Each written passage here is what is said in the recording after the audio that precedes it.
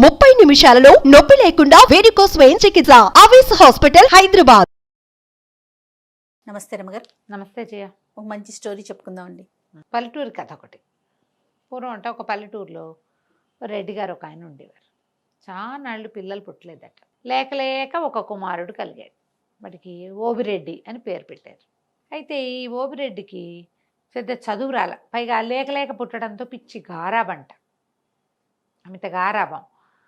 ఏదో సుమారుగా ఉండేది, ఆడుకుంటూ ఉండేవాడు ఇంట్లో. అంత తెలివిగలవాడు కాదు. అయితే ఇది కొన్నాళ్ళు పోయాక నాన్నకు తెలిసింది, పిల్లాడికి చదువు సంధ్య లేకపోతే కష్టము, వీడు తెలివిగా లేడు అని అనుకుని ఆయన స్నేహితుడు ఒక బ్రాహ్మణ ఆయన ఉన్నారు, అప్పన్న శాస్త్రి అని. ఆ శాస్త్రి గారిని పిలిచి వీడికి ఎట్టో కొట్ట 4 చేతులు సంతకం పెట్టడము, 4 మాటలు మాట్లాడడము, 4 ఏమన్నా నేర్పించు అని అడిగాడు. అప్పన్న శాస్త్రి గారిని బాగా పోషించేవారు వీళ్ళు. ఆయన రోజు అది చెప్పి ఇది చెప్పి చెప్పడానికి చాలా ట్రై చేసి చేసి చేసి విరక్తి పెట్టి ఊరుకున్నాడు. ఆయన ఏం నేర్పించాడు? సుమతి శతకం పద్యాలన్నీ వల్లి వేయించి నోటికి చెప్పాడు. సంతకం పెట్టడం నేర్పించాడు. ఇప్పుడు నీకు ఇలన్నీ సాంగంగా చక్కగా నేర్చుకుంటే క్రమంగా ఎవడి సంతకం వాడు పెట్టేటప్పుడు వాడి తలకు సిగ్నేచర్ థింగ్ ఒకటి ఉంటుంది అందులో. నేనే నీకు జయలక్ష్మి పేరు రాయడం నేర్పించాను అనుకో, నీకు అవి రావాలని ఇంతంత రాసి పెడతా కదా, అంతేనా? అంతేగా. పెద్ద పెద్ద అక్షరాల్లో దిద్ది వాడికి పెద్ద పెద్ద అక్షరాల్లో సంతకం పెట్టడం మాత్రం వచ్చింది. ఈ అప్పన్న గారికి కూడా విసుగు పుట్టింది. వీడు మతిలేని పిల్లవాడు, వాడికే వస్తుందిలే, ఇవి వచ్చిన పద్యాలు చాలు, వాడి సంతకం పెట్టడం వచ్చింది, అదే చాలని వదిలిపారేశాడు. అలా నడిచేది.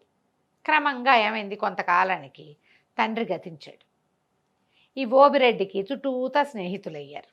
వీళ్ళు వీర శివారెడ్డి, వెంకటరెడ్డి, అప్పన్నరెడ్డి, ఇట్లా ఒక 6-7 రెడ్లు తయారయ్యారు. వాళ్ళకి వీడు పిచ్చి వెధవని, అమాయకుడని తెలిసింది. వీళ్ళంతా ఏదో దూరపు చుట్టాలు. ఎంతసేపు ఇంటికి వచ్చి ఉండేవాళ్ళు, అవి ఇవి వండిచ్చేవాళ్ళు, అది వండిచ్చి ఇది వండిచ్చి అంటే వండిచ్చేవాళ్ళు. క్రమంగా ఇట్లా అయ్యాక వాడి దగ్గర డబ్బులు, ఇంట్లో ఉన్న డబ్బంతా తరిగిపోవటం మొదలుపెట్టింది. తండ్రి పొలాలు పుట్రలు తయారు చేసి పెట్టాడు కొడుకు కోసం. ఇంట్లో ఏదో ధనం, మెల్లిగా ఎవరైనా వస్తుంటే సరుకులు కావద్దు, పని వాళ్ళు పోయి సామాన్లు తెస్తారు, డబ్బులు ఇస్తాడు, మెల్లిగా డబ్బులు అయిపోవు. ఇక డబ్బంతా ఖర్చు అయిపోవటం మొదలుపెట్టింది.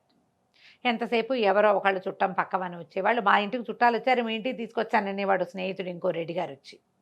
క్రమంగా రోజులు గడిచే కొందికి డబ్బులు తగ్గిపోయినాయి.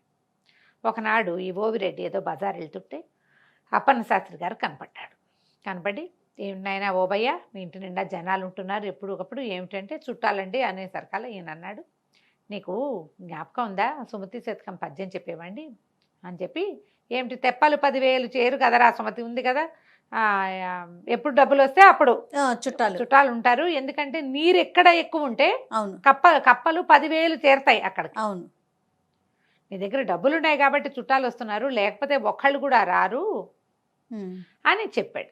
ఈ సుమతి శతకం పద్యం వల్ల వేసుకుంటూ వెళ్ళేసరికల్లా ఈ ఓబిరెడ్డికి అర్థమైంది. అవును కదా, అక్కడి నుంచి ఇంటికి వెళ్ళగానే ఇంట్లో చుట్టాలు వాళ్ళు వీళ్ళు ఉన్నారు, ఎవరో కొంచెం పలహారం చేస్తున్నారు, ఇంకెవరో కాళ్ళదాపు పడుతున్నారు.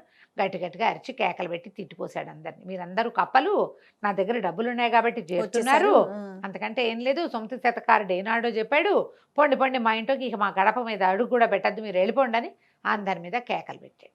కొంచెం అమాయకుడు కదా, జనం అంతా అంత అరుస్తుంటే ఎవరుంటారు, ఎవరి దారిన వాళ్ళు సర్దుకుని పోయారు. ఈ కప్పల పద్యం అందరికీ తెలిసిందే కదా, పిల్లలకి నేర్పించాలి. మన దగ్గర డబ్బులు ఉంటే ఉండే విధానం వేరుంటుంది, చుట్టాలు డబ్బులు లేనప్పుడు ఉండే విధానం ఎప్పుడూ వేరుగానే ఉంటుంది. అందుకని చుట్టాలతో డబ్బులు సంపాదించుకోవాలి, కానీ చుట్టాలతో మితంగా ఉండాలి. బాగానే ఉంది. కొంతకాలం గడిచింది, ఇంట్లో డబ్బంతా అయిపోయింది, కానీ పొలము పుట్ర ఉన్నాయి కదా, నెల ఏడాదికి ఒకసారి డబ్బులు వస్తాయిగా, వాటితో ఓబయ్య కాలక్షేపం చేస్తున్నాడు. అయితే ఊళ్ళో ఈ స్నేహితులు ఉన్నారు కదా, వీళ్ళు ఏం చేశారు, ఇతను అల్ప సంతోషి ఓబయ్య. ఒకడేం చేశాడంటే, మా ఊరు నుంచి చిలకడ దుంపలు వచ్చినాయి ఓబయ్య, నీకు ఇవ్వడానికి వచ్చామని చిలకడ దుంపలు పుచ్చుకొచ్చాడు. చిలకడ దుంపలు ఉడకబెట్టించు, తినడానికి చాలా బాగుంటాయి, మా ఆవిడ బెల్లం వేసి వండింది, ఇదిగో నీకని ఒక కప్పు తెచ్చాడు. ఇప్పుడు వాళ్ళు ఇవ్వడానికి ఇచ్చారు కానీ తీసుకోవడానికి రాలా. బాగుందిగా, ఓబయ్య ఆ స్వీట్ తినేశాడు, చిలకడ దుంపలు చూసుకొని సంతోషించాడు. మళ్ళీ ఫ్రెండ్షిప్ వృద్ధి అయింది కొండారెడ్డితోటి. 3-4 రోజులు పోయేసరికి శివారెడ్డి వచ్చాడు. మా పొలంలో పండిన వేరుశెనకాయలు తంపటేసుకొని తింటే మహా బాగుంటాయి, ఇదిగో అని ఒక పెద్ద కంపాయంత కట్ట వేరుశెనకాయలు తెచ్చిచ్చాడు. ఒలిపించుకుని వేయింపించుకో, చాలా బాగుంటాయి, ఇదిగో తంపటేసుకుని మా ఆవిడ చేసింది నీకోసమని ఓ గిన్నె పుచ్చుకొచ్చాడు.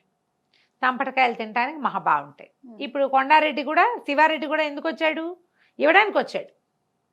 ఇంతకుముందు మనకేం తెలుసు, తీసుకోవడానికి వస్తారు చుట్టాలు, అవునవును. ఇప్పుడు ఇవ్వడానికి ఇవ్వడానికి వచ్చారు. వీళ్ళు కాకుండా హనుమంతరెడ్డి ఒక ఆయన వచ్చాడు. ఆయనేమో మా ఇంట్లో సంక్రాంతి పండగకి పప్పలండాం, ఇదిగో నీకు అరిసెలు నీతరిసెలు ఇవ్వడానికి వచ్చాను అన్నాడు. ఒకళ్ళు మా ఆవు ఈనింది జున్ను ఇదిగోనన్నారు. వరుసగా స్నేహితులు రావడం మొదలుపెట్టారు.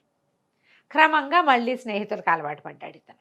ఎందుకంటే వాళ్ళు తీసుకోవడానికి రాలేదు కదా, ఇవ్వడానికి వచ్చిన వాళ్ళతో తప్పేముంది. అది మెల్లిగా రాకపోక మొదలైన బజార్ తీసుకుపోయేవాళ్ళు. నువ్వు కాఫీ ఇప్పించు, నేను టీ ఇప్పిస్తానని. ఇవాళ నువ్వు కాఫీ ఇప్పించు, రేపు మేమందరం టీ ఇప్పిస్తామనేవాళ్ళు. ఒకడందరికీ ఓవరేడే అందరికీ కాఫీలు ఇప్పించేవాడు హోటల్లో.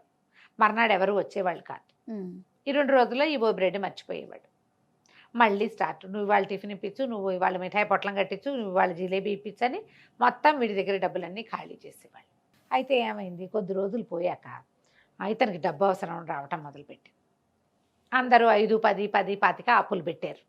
కావాలంటే మేము ఇస్తాం కదా అని 5, 10, 25 కలిపితే ఓ 100 రూపాయలు అవుతుంది అంతే. డబ్బులు అయిపోతున్నాయని అడిగేసరికి మళ్ళీ రావాలి కదా, పొలం డబ్బులు వచ్చేదాకా చేతిలో డబ్బు అయిపోతే ఏం చేయాలి. అవును. సరే అప్పులైనాయి. అయిన తర్వాత స్నేహితులంతా ఏం మాట్లాడుతున్నారంటే, ఈ బాబాయ్ పిచ్చి వెతవా, ఒక ఎకరం పొలం రాయించేసుకుంటే మన అప్పులకు సరిపెట్టచ్చు. రెండో వాడు అన్నాడు, అట్టెట్టా సరిపెడతావు వెద, 100 రూపాయలు కూడా అవ్వు, పొలం 15-1400 ఉంటుంది ఎకరము అంటే. ఏం పర్వాలేదు వాడికి, వాడు ఒప్పుకోడు అన్నాడు. ఏం పర్వాలేదు, వాడికి ఏమైనా తెలుసా చచ్చా, అంత తెలివిగలవాడు కాదు. ఎకరం లాగేశామంటే సమానంగా పంచుకుందాం, 5గురం అందరూ కలిసి ఇచ్చింది 100 రూపాయలు, సమానంగా తలా ఒక 300 పంచుకుంటారు. ఓకే. వాడు పిచ్చి వెధవగా ఉన్న నాళ్లే మనకిది రేపొద్దున పెళ్లి చేసుకుని పెళ్ళాం వచ్చిందనుకో, ఆ తెలివిగలదైతే ఈ అవకాశం ఉండదు. వీడు మన చేతిలో ఉన్నప్పుడే మనం పొలాలు లాగేసేయాలి. మన పొలాలకు పక్కన ఉన్న ఎవరో ఒకటి పొలం పక్కన ఉందనుకో, అది వాడు ఆ పొలం కలుపుకుంటాడు. వాడి 300 వాడు ఉంచుకుని 1200కి మిగిలిన వాళ్ళకి అమ్ముతాడు.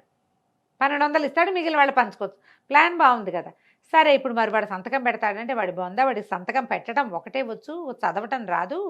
చదవటం ఎట్టాడివి చదవటం వచ్చు వాడికి, పెద్ద పెద్ద అక్షరాలు ఉంటే చదవగలుగుతాడు. ఆ పెదబాల శిక్షలో ఉన్నట్టు చేతిగడ్డ గొలుసుకట్టు రాతతోటి రాసుకొచ్చేస్తానని ఒకడు కొండారెడ్డి దస్తావేజు రెడీ చేసుకుని వచ్చాడు. అతని పొలం పక్కనే ఈ ఓబయ్య కూడా పొలం కూడా ఉంది.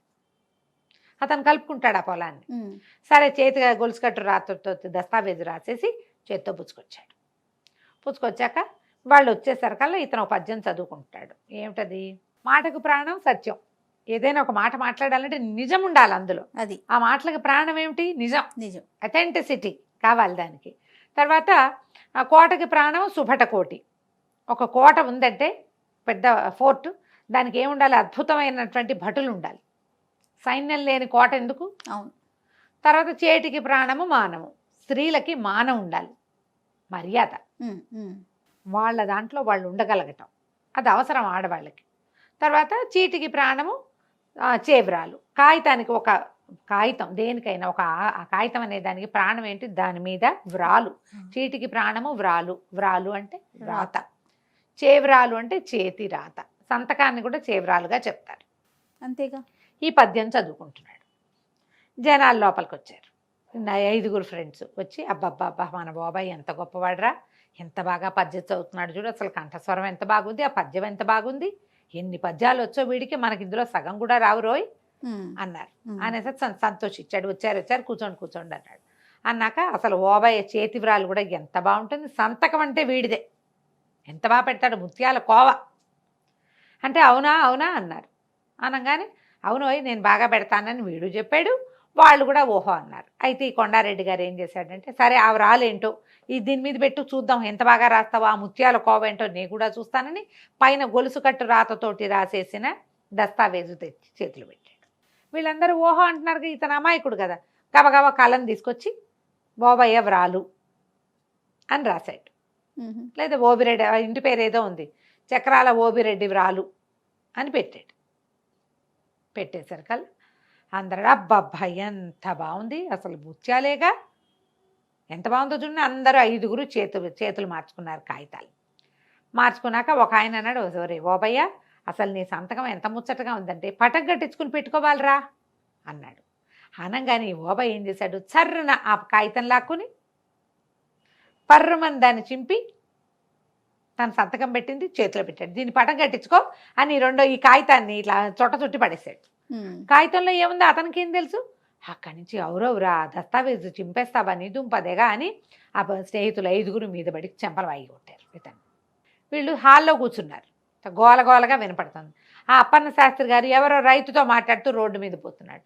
ఏమిటి ఓబిరెడ్డి ఇంట్లో ఇంత గోల అవుతోందని పరిగెత్తుకుంటూ లోపలికి వచ్చాడు. ఏమిట్రా నాయన, స్నేహితులందరూ తను ఎందుకు కొడుతున్నారో అర్థం కాలే ఆ ఓబిరెడ్డికి. అవి జనాలు ఈయన పెద్ద మనిషి లోపలికి వచ్చేసరికి పంతులు గారు కదా కబుక్కుని ఆగారు. ఆగేసరికి ఏమిటయ్యా ఓబిరెడ్డి, ఏం తగదా, ఎవరినైనా పెద్ద మనిషిని పిలవాలి, మీద పడి దెబ్బలేమిటిది, ఏం జరిగింది అన్నాడు. అడగంగానే ఇతను గబగబా ఏం చెప్పాడు.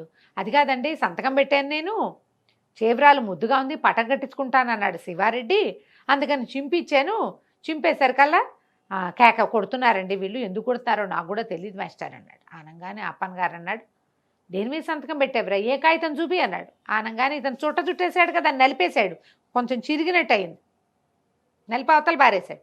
అక్కడ పడిందండి ఆ మూల అన్నాడు. వీళ్ళందరూ రియాక్ట్ అయ్యే లోపల ఈ అప్పన్న శాస్త్రి గారు కాస్త వెళ్ళిపోయి అతి కాగితం పుచ్చుకొచ్చేసాడు. అది నలిగింది చిరిగింది కానీ చింపి జీర్ణం అయిపోవాలా, మొత్తం కాగితం అంతా సాపుగా చేసి ఆ ఈయనతో మాట్లాడుతున్న రైతులు కూడా లోపలికి వచ్చి నుంచున్నారు. ఏదో జరుగుతోంది కదా, గొడవ అవుతుంటే అందరూ నుంచుంటారు కదా పెద్ద మనుషులు. ఆయన మొత్తం చదివి, ఇదేంటి బాబయ్య, నాకు తెలియకుండా పొలం అమ్ముతున్నావా నువ్వు, పొలం శివారెడ్డి పేరు మీద రాసుంది అని కేకలేశాడు. కేకలేసేసరికల్లా ఈయన, నేనేం అమ్మలేదండి, ఊరికే సంతకం పెట్టమన్నారు, ఏదో కాగితం మీద సంతకం ముద్దుగా ఉంటుంది పెట్టమన్నారు అనేసరికల్లా ఆయన గట్టిగా కేకలేశాడు. అక్కడి నుంచి పక్కన రైతులు వచ్చారుగా, వాళ్ళని పోయి గ్రామాధికారిని పిలుచుకురండి అని గ్రామాధికారిని తీసుకొచ్చారు. అక్కడ ఈయన అన్నాడు, నీకు పద్యం తెలుసు కదా, చీటికి ప్రాణం వ్రాలు అని, మరి ఈ చీటి మీద ఏదో కాగితం ఉంది రాసుంది, అది ఏమిటని చూడవా. వాడికి ఏంటంటే పెద్ద పెద్ద అక్షరాలు చదవటం అలవాటు, అంతే చదవగలడు. ఈ గొలుసు కట్టు రాతతో ఉన్నదాన్ని చదవలేకపోయాడు. స్నేహితులు పెట్టమన్నారు కాబట్టి సంతకం పెట్టాడు. గ్రామాధికారి వచ్చాడు, దస్తావేజు చూసి, ఇంత దుర్మార్గం చేస్తారా, అమాయకుడు స్నేహితులను నమ్మితేని వాళ్ళ 5గురికి ఏదో తప్పు కట్టించారు. తర్వాత ఊరంతా ప్రచారం చేశారు. ఈ ఓబయ్యని చెప్పారు, నీకు చదువు లేకపోవటం వల్ల ఈ సమస్య వచ్చింది, నీ స్నేహితులు 5గురికి చదువు ఉంది, వాళ్ళు ఒక కాగితం రాసి నీతో సంతకం పెట్టించేయగలిగారు, చూడు ఎంత పని జరిగేదో. ఇది గొడవ కనుక కాగితం కనుక చింపకపోయి ఉంటే అయ్యేది కాదు, లేదా వాళ్ళు ఇంకో కాగితం తీసుకొచ్చి సంతకం పెట్టించేవాళ్ళు అని గట్టిగా కేకలేశారు. ఆ తర్వాత ఈ ఓబయ్య శ్రద్ధగా ఆ అప్పన్న శాస్త్రి గారి దగ్గర చదువుకోవటం నేర్చుకున్నాడు. చదువు ఎంత అవసరం చూడు, చాలా ఊళ్ళలో వేలిముద్రలు వేయించేసుకుంటారు. ఇంకా ఇప్పటికీ కూడా వేలిముద్రల కథలు నడుస్తూనే ఉన్నాయి. చదువుకోవాలి. సర్వశిక్ష అభియాన్ కింద ప్రతి వాళ్ళకి ఏదైనా రాసున్నది చదవటం, తమ మనసులో ఉన్నది ఏదైనా రాయటం అనేది అత్యంత అవసరమైన విషయం. ఫోన్లు వాడడం ప్రతి వాళ్ళు నేర్చుకుంటున్నారు, రాయటం చదవటం కూడా అలాగే రావాలి కదా. వస్తోంది ఇదివరకటి కంటే చాలా బెటర్ అయ్యాం. ఇంకా కూడా చదువు చాలా అవసరం. ఏదైనా రాసి ఉన్నదాన్ని చదవకుండా ఎప్పుడూ సంతకాలు పెట్టకూడదు. ఇప్పటికీ కూడా పిచ్చి విధవలాగా జనాలు ఎవరో రాయించిన కాగితాల మీద సంతకాలు పెట్టేటాలు, ఈ ష్యూరిటీ ఉండటాలు, విషయం తెలుసుకోకుండా సాక్షి సంతకాలు పెట్టేటాలు, ఇలాంటివి ఇప్పటికీ జరుగుతూనే ఉన్నాయి. మేము చూడలేదు, పొరపాటున పెట్టామంటారు. అలా చూడడానికి కుదరదమ్మా. పాత కాలంలోనే ఎప్పుడో సుమతి శతకారుడు ఏనాడు చెప్పండి, చీటికి ప్రాణము వ్రాలు అని రాయబడి ఉన్నదే దాని యొక్క లైఫ్. దాన్ని గమనించి పనిచేయాలి. కథ కంచికి మనం ఇంటికి. నమస్తే జయ. సుమన్ టీవీలో మీ పర్సనల్ అండ్ బిజినెస్ ప్రమోషన్స్ కోసం కింది నెంబర్కి కాంటాక్ట్ చేయండి.